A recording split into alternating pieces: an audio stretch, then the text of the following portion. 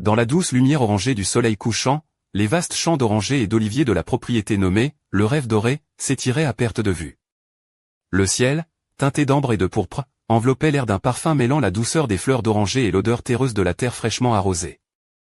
Ce tableau idyllique, pourtant, n'était qu'un baume pour l'âme, jamais pour le cœur. Elle s'appelait Amélie Lucie. Un prénom léger, presque aérien, qui contrastait avec le poids invisible qu'elle portait au fond d'elle. À 29 ans, chaque aube dans cette vaste propriété isolée près de Nîmes semblait lui échapper, sa jeunesse s'effilochant telle du sable fin glissant entre ses doigts. Ce soir-là, comme tant d'autres, elle se trouvait dans la serre principale, dédiée à la culture d'un piment fort transmis par les générations précédentes, les fameux « baisers du diable ». La chaleur y était étouffante, presque oppressante, et la sueur perlait sur son front, glissait le long de sa nuque pour s'égarer sous le tissu léger de sa blouse en lin blanc. Ce dernier épousait subtilement les courbes délicates de sa silhouette, révélant sans excès la douceur de ses formes. Elle portait une jupe longue en coton, fleurie, qui ondulait à chacun de ses mouvements, dévoilant ses chevilles fines et ses sandales en toile de jute, à peine protectrices face à la chaleur du sol. Sur sa tête, un chapeau de paille, cadeau de sa grand-mère défunte, peinait à la protéger de l'humidité collante de la serre.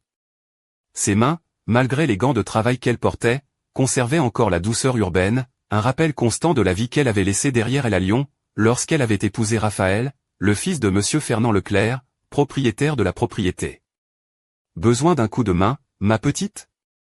La voix grave de Monsieur Fernand la tira de ses pensées. À ses 65 ans passés, l'homme imposait par sa carrure robuste, bien que le dos voûté trahisse les années passées à labourer ses terres.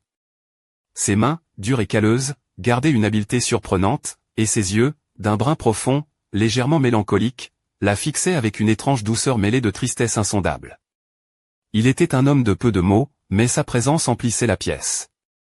Son silence pesait souvent plus lourd que n'importe quel discours. Bien sûr, Monsieur Fernand, répondit-elle, tentant de paraître plus enjouée qu'elle ne se sentait. Raphaël était en voyage d'affaires à Paris, et en son absence, ses journées se résumaient à l'aide dans la propriété, en compagnie silencieuse de son beau-père et de Madame Carmen, son épouse. Cette dernière, femme élancée au chignon toujours parfaitement tiré, semblait faite de glace, ses regards froids laissaient transparaître un mépris silencieux. Les rares échanges se limitaient au strict nécessaire, et Amélie ne comprenait pas l'origine de cette froideur, qui tissait une atmosphère électrique dans la maison. Ils récoltèrent les piments en silence. Monsieur Fernand lui enseignait à reconnaître ceux prêts à être cueillis, ses doigts rugueux frôlant les siens pour lui montrer la technique. Ce silence partagé était étrangement réconfortant, une complicité tacite absente avec Raphaël ou Madame Carmen. Parfois, le regard de Monsieur Fernand se posait sur ses mains, ses bras nus, ou la courbe délicate de son cou. Bien que ses yeux fussent innocents, elle sentait une décharge électrique parcourir sa peau, un mélange troublant de nervosité et de fascination. Comme si son regard pouvait révéler un secret caché, un secret qu'elle-même ignorait. À la nuit tombée, le dîner était toujours sobre. Madame Carmen servait les plats avec une efficacité presque mécanique, et la conversation se limitait à quelques monosyllabes. Les mots semblaient un luxe qu'il ne pouvait s'offrir. Amélie était la seule à tenter de combler ce vide, partageant des anecdotes du jour, les petits succès dans la serre, les projets pour la prochaine récolte. Madame Carmen répondait par des monosyllabes tandis que Monsieur Fernand à peine levait les yeux de son assiette. Monsieur Fernand, ces piments sont délicieux ce soir, tenta-t-elle d'apporter un peu de chaleur. Un sourire à peine perceptible fendit ses lèvres, le premier qu'elle voyait depuis des jours. Ah, ma petite, c'est ta bonne main. Tes mains portent la chance à mes cultures, répondit-il d'une voix presque tendre. Un tout sautement sec et glacial de Madame Carmen dispersa cet instant de douceur comme un nuage de fumée. Le reste du dîner se déroula dans le silence habituel. Le lendemain, Raphaël n'était toujours pas rentré. Amélie décida de rester pour aider à la propriété. Le soir venu, à sa grande surprise, Madame Carmen proposa d'ouvrir une bouteille de bon vin de Châteauneuf-du-Pape, que Monsieur Fernand réservait pour les grandes occasions. C'était inhabituel, presque festif dans cette maison toujours sombre. Les verres s'entrechoquèrent, et pour la première fois depuis longtemps, une atmosphère légère flotta dans la salle à manger. Le vin eut son effet. Monsieur Fernand, animé par l'alcool, se mit à raconter ses jeunes années, comment il avait cultivé ses terres, les obstacles surmontés. Sa voix, habituellement murmure, résonnait avec la passion du souvenir. Fascinant de le voir s'illuminer ainsi, ses yeux brillants de nostalgie. Mais bientôt, le vin fit effet, il s'endormit profondément, la tête appuyée sur son épaule. Madame Carmen et Amélie le couvrirent d'une couverture, chuchotant pour ne pas le réveiller, puis se retirèrent à la cuisine, seul endroit où elle pouvait parler sans crainte d'être entendue. « Vous semblez très proche de votre beau-père », lui glissa-t-elle, observant l'échange chargé entre elles. Madame Carmen esquissa un sourire énigmatique. Ah, ma petite, avec les années, les mots deviennent inutiles. On se comprend d'un regard, d'un silence. C'est une autre forme d'amour. Fernand est un homme de peu de mots, mais je sais ce qu'il pense, ce qu'il ressent. C'est le souffle de notre mariage, cette complicité sans parole. Son regard s'évadait, comme perdu dans un souvenir lointain. Amélie fut profondément émue par cette confession.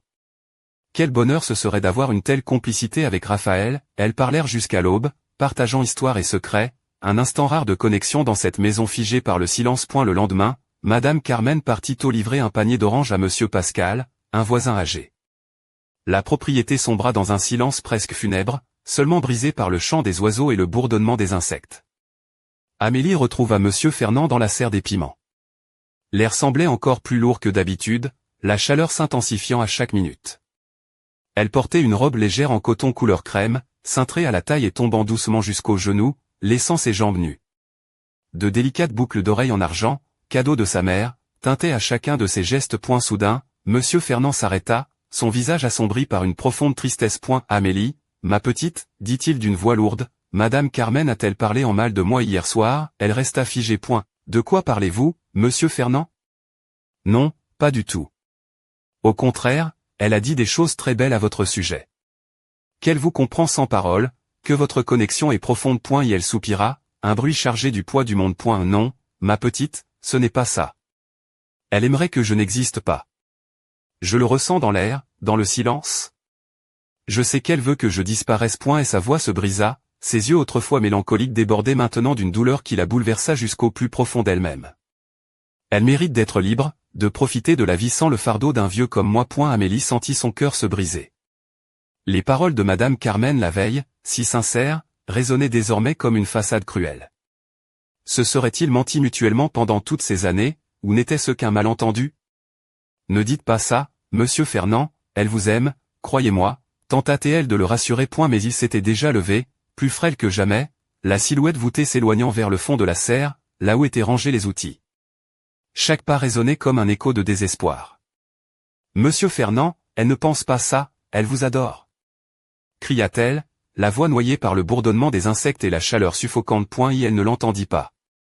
Sa voix, un murmure chargé d'une infinie tristesse, flotta dans l'air. Je suis très seule, Amélie, très seule. Elle resta immobile, le cœur serré, tandis que le parfum sucré des orangers se mêlait à l'arôme piquant des piments, formant une étrange symphonie olfactive. Au milieu de tout cela, l'ombre d'un secret invisible, une vérité cachée qui semblait dévorer l'âme de Monsieur Fernand. La soirée s'étira, lourde et pesante, sur la propriété du rêve doré. Le nœud au creux de son estomac ne la quittait pas, ce pressentiment sombre comprimait sa poitrine. Comment pouvait-il être possible que Madame Carmen, la veille, ait parlé avec tant de tendresse de son mari, alors que lui sombrait dans une telle désolation? Cette contradiction la taraudait, un mystère non résolu dans la quiétude apparente de la campagne languedocienne. Son propre vêtement crème, si léger plus tôt, se faisait désormais lourd, presque étouffant, comme s'il absorbait toute la tristesse ambiante. Les boucles d'oreilles d'argent teintaient désormais d'un écho mélancolique à chaque mouvement de tête. Cette nuit-là, l'atmosphère du dîner fut encore plus tendue qu'à l'accoutumée. Madame Carmen semblait percevoir son trouble, ses yeux posés sur elle avec une curiosité inhabituelle, comme tentant de déchiffrer ses pensées. Monsieur Fernand, lui, plus renfermé que jamais, grignota à peine son assiette de soupe froide et évitait tout contact visuel. Le silence formait un mur infranchissable, plus dense que l'air lui-même. Amélie tenta de parler, de combler le vide par des banalités sur la récolte ou la météo, mais ses mots se perdaient dans l'écho de l'indifférence. Après le dîner, tandis que Madame Carmen regagnait son atelier de couture, Amélie resta seule dans le salon, plongée dans ses pensées. La lumière lunaire filtrait à travers les fenêtres, projetant des ombres fantomatiques sur les murs. Soudain, elle entendit des pas feutrés, c'était Monsieur Fernand.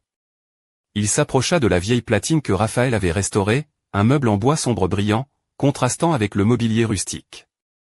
D'un geste tremblant, il plaça un disque vinyle. L'aiguille effleura la surface, et la pièce se remplit des accords mélancoliques d'un vieux bal musette. « Amélie, murmura-t-il, me feriez-vous l'honneur d'une danse ?» Elle resta sans voix. Monsieur Fernand, l'homme taciturne, pilier silencieux de la propriété, lui demandait de danser.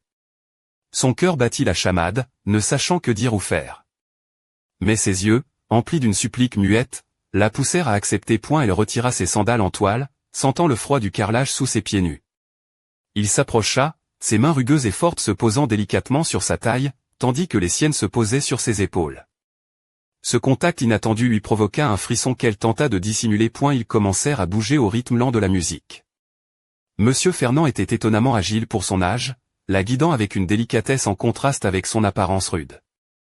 Leur corps se frôlait doucement, elle sentait la chaleur de sa peau à travers le tissu fin de sa robe, la dureté de ses muscles sous sa chemise en lin. Le bal était un langage de regard et de murmures. Il la regardait avec une intensité déstabilisante, et elle se perdait dans la profondeur de sa tristesse, dans la mélancolie qui semblait habiter chaque pore de son être. Chaque tour, chaque pas les rapprochait davantage.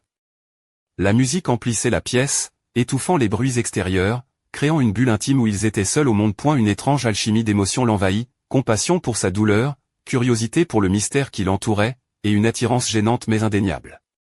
Ses pieds, peu habitués à danser, se mouvaient presque par inertie, guidés par la force douce de ses mains. Ses mollets nus frôlaient son pantalon, une sensation à peine perceptible qui parcourait sa peau comme une décharge électrique. À un moment, alors qu'il tournait, sa main glissa de la taille à la hanche, un contact fugitif presque imperceptible qui la fit retenir son souffle. Leurs yeux se croisèrent, et elle y vit un éclat au-delà de la tristesse, une étincelle de désir, une flamme dans l'obscurité de son regard. Un instant fugace, un battement de cils, mais une impression gravée dans sa mémoire. Un rouge lui monta aux joues, et son cœur s'emballa dans sa poitrine. Amélie, souffla-t-il d'une voix rauque, tu ne sais pas à quel point ça me rend heureux. Et la musique s'éteignit, et le silence reprit ses droits. Ses mains quittèrent sa taille, mais l'écho de leur contact demeura. Elle se sentit déconcertée, confuse par l'intensité de ce qui venait de se passer. Était-ce qu'une danse, ou y avait-il plus? Un message caché dans ses regards et ses caresses, sans un mot, Monsieur Fernand se dirigea vers la platine et coupa la musique. Puis, aussi lentement qu'il était apparu, il s'évanouit dans l'obscurité du couloir. Seul dans le salon, le cœur encore battant, l'air sentait la poussière, le vieux bois et le léger parfum d'oranger qu'elle portait. La lune continuait d'éclairer la pièce, mais ses ombres dansaient désormais sur un tempo différent, un ballet silencieux de questions sans réponse. Que arrivait-il vraiment à Monsieur Fernand? Pourquoi ressentait-elle cette étrange connexion avec un homme qu'elle connaissait à peine, un homme qui semblait porter le poids d'un secret insoutenable? La sensation de sa main sur sa hanche persistait, une marque invisible, mais tangible. Cette nuit-là, le sommeil tarda à venir. Les images du bal se répétaient en boucle dans son esprit, un jeu de regards et de murmures, de secrets attendant d'être dévoilés. La propriété, qui lui semblait refuge, se transformait en prison, et elle, en captive d'un drame qu'elle commençait à peine à comprendre. Elle se demanda si Madame Carmen, dans son atelier, ressentait la même tension, le même pressentiment d'un événement imminent. Et la nuit s'étira sur le rêve doré, lourde et silencieuse comme un voile de velours sombre, tandis que la mélodie fantomatique du bal résonnait encore dans son esprit. Le parfum des orangers, doux et réconfortant le jour, devenait presque oppressant, chargé d'un mystère qu'elle ne parvenait pas à percer. Elle se tourna et se retourna dans son lit, incapable de trouver le sommeil, hantée par l'image de Monsieur Fernand, son regard mélancolique, la main effleurant sa hanche pendant la danse, et la révélation inquiétante de son malheur. Et sa robe crème, laissée sur une chaise, semblait plus pâle à la lumière lunaire, presque translucide, à l'image de la vérité qui lui échappait. Les premières lueurs de l'aube filtraient à peine à travers les volets de la chambre d'Amélie lorsqu'elle s'éveilla, les yeux gonflés par une nuit sans sommeil. Le silence pesant de la maison semblait s'étirer comme un voile invisible, étouffant toute autre sensation. Le poids des événements de la veille l'accablait, et son esprit tournoyait dans un maelstrom d'émotions contradictoires. Elle se leva lentement, enfilant un simple chemisier de lin blanc et une jupe en coton bleu pâle, qui ondulait légèrement autour de ses chevilles fines. Ses pieds nus effleuraient le parquet frais, tandis qu'elle serrait entre ses doigts une fine chaîne en argent, cadeau de sa mère, qui glissait doucement sur sa peau délicate. Dans la cuisine, la lumière du matin donnait une teinte dorée aux murs et aux meubles en chêne. Madame Carmen était déjà là, immobile devant la table, une tasse de café fumant entre ses mains fines et nerveuses, ornée d'une alliance discrète mais élégante. Son visage, habituellement impassible, portait cette fois-ci une expression plus douce, presque vulnérable. Ses yeux d'un gris acier, toujours perçants, semblaient chercher quelque chose dans l'air. Bonjour, Amélie, murmura-t-elle en levant les yeux vers elle, sa voix à peine plus qu'un souffle. Amélie s'approcha, posant une main légère sur l'épaule de la femme qui, malgré son apparente froideur, semblait aujourd'hui étrangement fragile. bonjour, Madame Carmen. Vous avez bien dormi ?» Un sourire mélancolique effleura les lèvres de cette dernière. Le sommeil ne vient jamais vraiment quand le cœur est en tempête, répondit-elle. Mais je suis contente que tu sois là. Et il y avait une sincérité dans ces mots qui surprit Amélie. Peut-être, pensait-elle, que derrière cette façade glaciale, se cachait une femme au cœur brisé, tout comme son beau-père. Les heures suivantes se déroulèrent avec une lenteur presque sacrée. Le soleil montait dans le ciel, inondant les champs d'une lumière chaude et bienveillante. Amélie enfila une robe légère couleur lavande, dont la jupe fluide caressait ses jambes nues à chaque pas. Elle prit soin de nouer ses cheveux en un chignon désordonné, laissant quelques mèches s'échapper pour encadrer son visage délicat. Aux oreilles, de petits anneaux d'or fin brillaient, héritage d'une tante lointaine.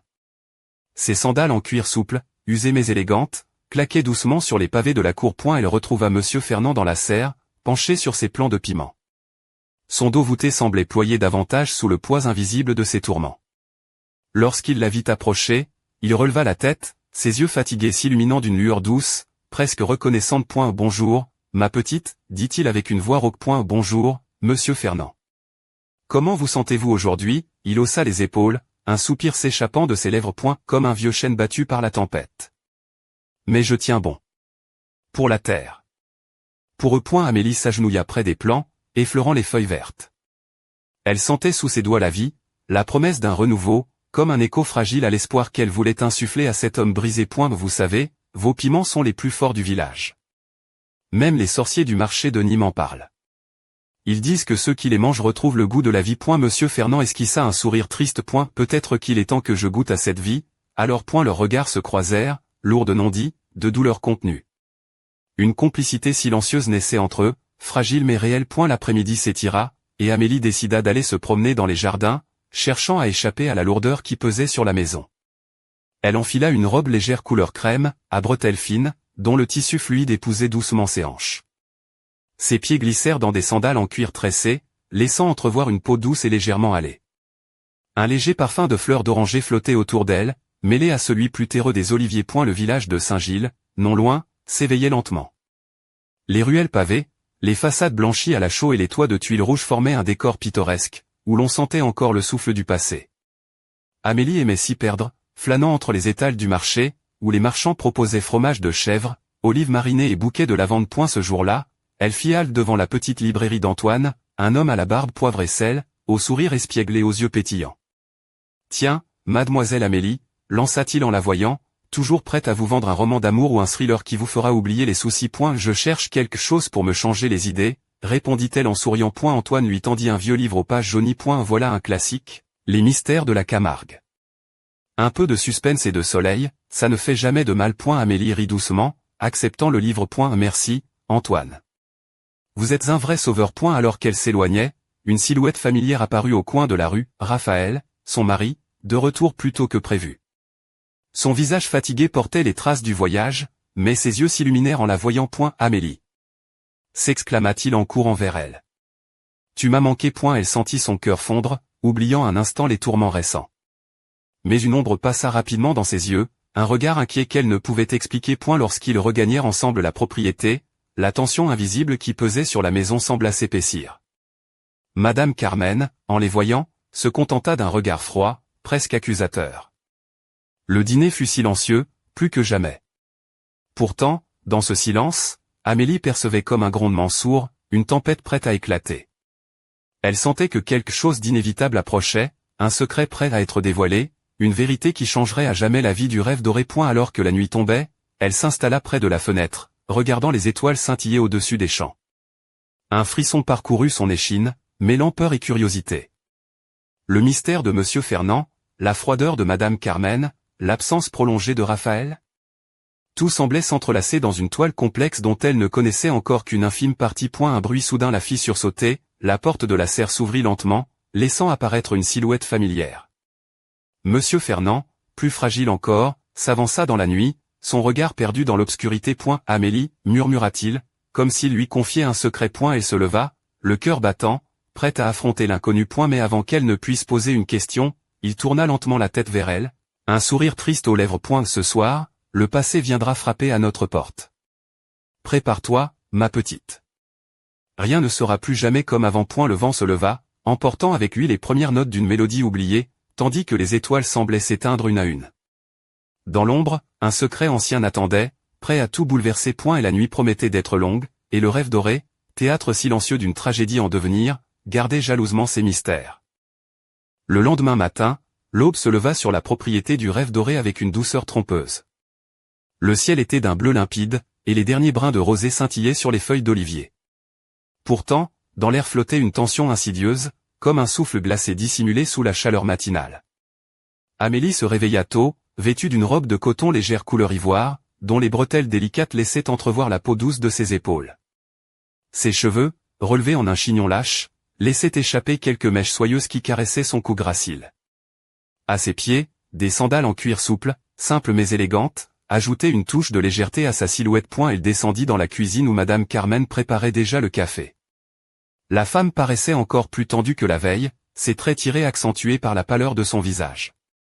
Sans un mot, elle versa 2 tasses fumantes et les tendit à Amélie d'un geste presque automatique. Tu devrais parler à Raphaël, murmura-t-elle finalement, le regard fixé sur une tache invisible sur la table. Amélie hocha la tête, consciente que le poids de la situation pesait sur tous, même sur l'impénétrable Madame Carmen. Un peu plus tard dans la matinée, elle trouva Raphaël dans l'atelier, affairé à réparer une vieille roue de charrette. Son visage affichait une concentration intense, mais ses yeux, lorsqu'ils croisèrent ceux d'Amélie, trahirent une inquiétude qu'il s'efforçait de cacher. Tu veux parler, demanda-t-il enfin, posant l'outil. Elle s'approcha, le cœur battant, ses mains tremblantes cachées dans les poches de sa robe. Raphaël, il y a quelque chose qui ne va pas, avec ton père, avec ta mère. Je sens que vous cachez un secret, quelque chose qui déchire cette maison. Et elle soupira profondément, passant une main dans ses cheveux bruns légèrement hirsutes. Je sais, Amélie. Mais certains secrets sont lourds à porter. Parfois, il vaut mieux laisser les choses enfouies. Un silence s'installa, lourd et pesant. Puis, sur un ton plus bas, il ajouta, je vais essayer de parler à mon père aujourd'hui. Peut-être que c'est ce qu'il lui faut. Amélie sentit une lueur d'espoir percer la brume de son inquiétude. Plus tard, dans la serre, Monsieur Fernand travaillait, ses gestes lents et mesurés. Il portait une chemise en lin beige, ses manches retroussées, dévoilant des avant-bras puissants mais marqués par le temps. Sa peau tannée contrastait avec la douceur du tissu, et ses mains, bien que rugueuses, caressaient les feuilles des plants avec un soin presque paternel. Raphaël arriva, hésitant, puis s'assit sur un banc de bois à ses côtés. Père, commença-t-il, la voix tremblante d'émotion. Monsieur Fernand tourna la tête, ses yeux fatigués croisant ceux de son fils. Je sais que tu souffres, dit doucement Raphaël. Que tu portes un poids que tu n'as jamais voulu partager. Un silence s'installa, seulement troublé par le bruissement des feuilles et le chant lointain des cigales. Tu n'es pas seul, reprit Raphaël. Nous sommes une famille, et nous devons nous soutenir. Laisse-nous t'aider. Monsieur Fernand baissa les yeux, une larme solitaire roulant sur sa joue burinée. J'ai peur, murmura-t-il, peur de ne plus être à la hauteur, peur de vous décevoir. Raphaël posa une main ferme sur l'épaule de son père. Tu ne nous décevras jamais. Nous t'aimons. À cet instant, Amélie, restée en retrait, sentit son cœur se serrer. La scène était à la fois belle et déchirante, un tableau d'amour et de douleur mêlés. L'après-midi, alors que le soleil déclinait, elle retourna dans la maison. La lumière dorée baignait le salon, où Madame Carmen tricotait silencieusement. Son visage semblait apaisé, mais son regard restait perdu dans le vide, comme hanté par des souvenirs lourds et enfouis. Amélie s'assit près d'elle, rompant le silence. Madame Carmen, je veux comprendre. Je veux vous aider. Et la vieille femme leva lentement les yeux, surpris par cette franchise. Tu es la seule, ici, qui ose vraiment voir au-delà des apparences, dit-elle avec une douceur nouvelle. Peut-être parce que tu n'es pas de la famille et que tu n'as rien à perdre. Elle fit une pause, puis continua, la voix tremblante. Il y a des vérités qui font mal. Des blessures qui ne guérissent jamais vraiment. Mais si nous ne les partageons pas, elles nous dévorent de l'intérieur. Un frisson parcourut Amélie tandis que les mots de Madame Carmen résonnaient en elle comme une promesse d'espoir et une mise en garde. Alors que la nuit enveloppait la propriété, un cri déchira le silence. Un cri qui résonna dans chaque recoin de la maison, un cri de douleur et de désespoir. Amélie se précipita vers la source, le cœur battant la chamade. Dans la pièce principale, Madame Carmen était tombée à genoux, ses mains agrippant désespérément une lettre jaunie. Ses sanglots brisaient le silence, tandis qu'elle lisait à voix haute, les mots tremblants.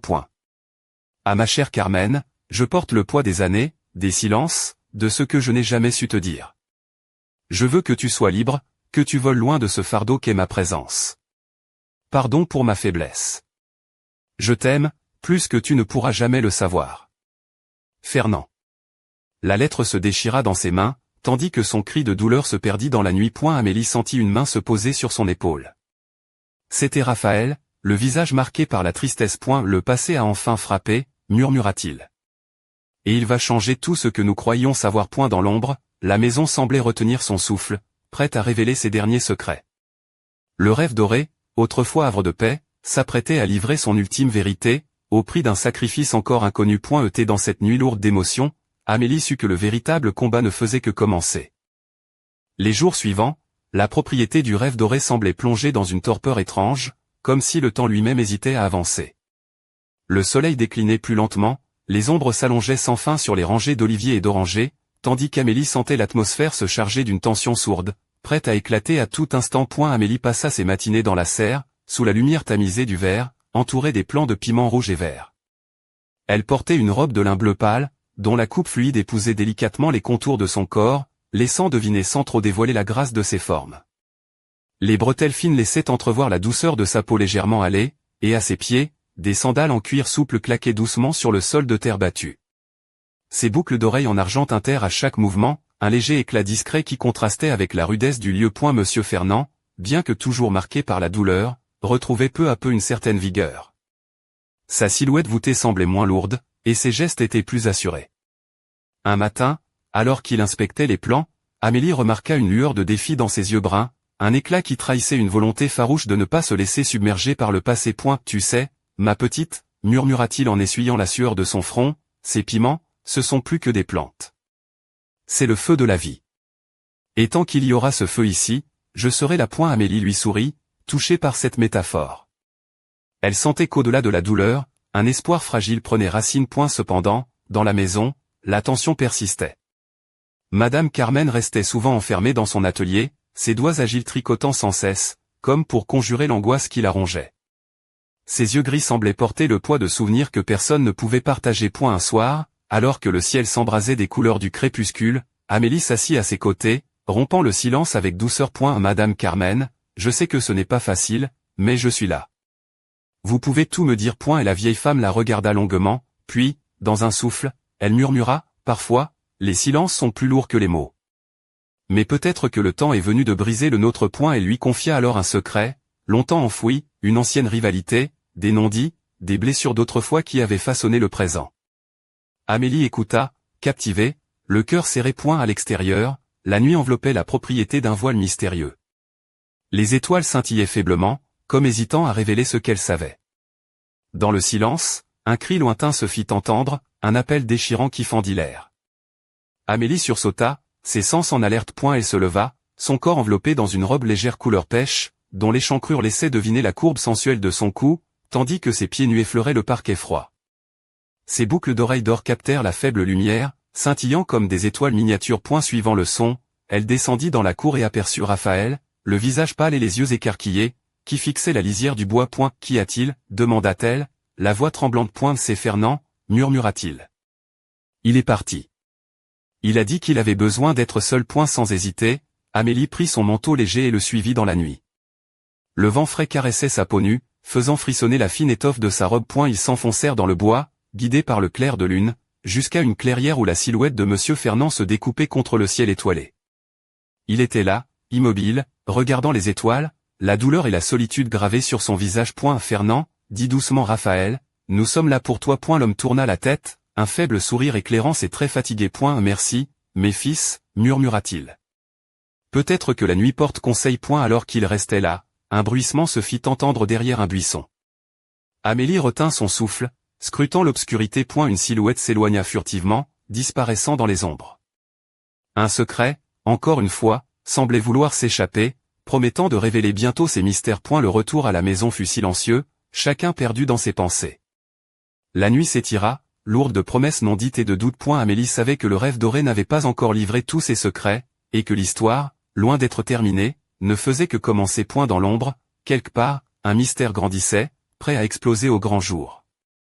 Les jours suivants, la propriété du rêve doré semblait figée dans une attente suspendue, comme si le temps lui-même hésitait à avancer. Le soleil déclinait lentement, étirant les ombres des orangers et des oliviers, tandis qu'Amélie ressentait au plus profond d'elle-même une tension sourde, prête à éclater à tout instant. Chaque matin, elle retrouvait la serre où lui et Monsieur Fernand travaillaient côte à côte. Ce jour-là, elle portait une robe de lin bleu pâle, fluide et délicatement cintrée, qui soulignait sans exagération les courbes gracieuses de sa silhouette.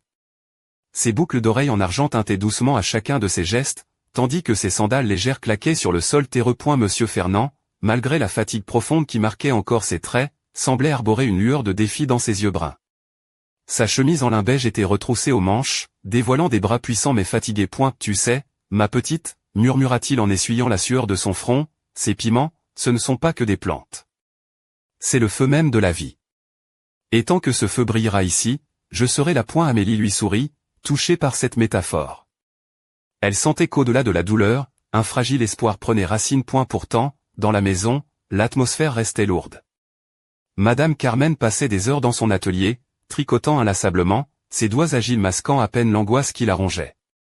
Ses yeux gris, habituellement perçants, semblaient perdus dans un passé douloureux. Un soir, alors que le soleil se couchait, déversant une lumière orangée sur les murs, Amélie s'assit à ses côtés. Madame Carmen, je sais que ce n'est pas facile, mais je suis là.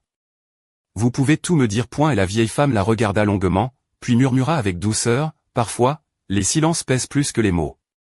Mais peut-être est-il temps de briser le nôtre. Elle lui confia alors un secret ancien, une blessure cachée qui avait forgé le présent. Amélie écouta, le cœur serré. Plus tard, la nuit enveloppait la propriété d'un voile mystérieux. Les étoiles scintillaient faiblement, hésitant à révéler ce qu'elles savaient. Un cri lointain fendit l'air, un appel déchirant. Amélie sursauta, son corps tendu. Elle se leva, vêtue d'une robe légère couleur pêche, l'échancrure dévoilant sensuellement la courbe de son cou, tandis que ses pieds nus effleuraient le parquet froid.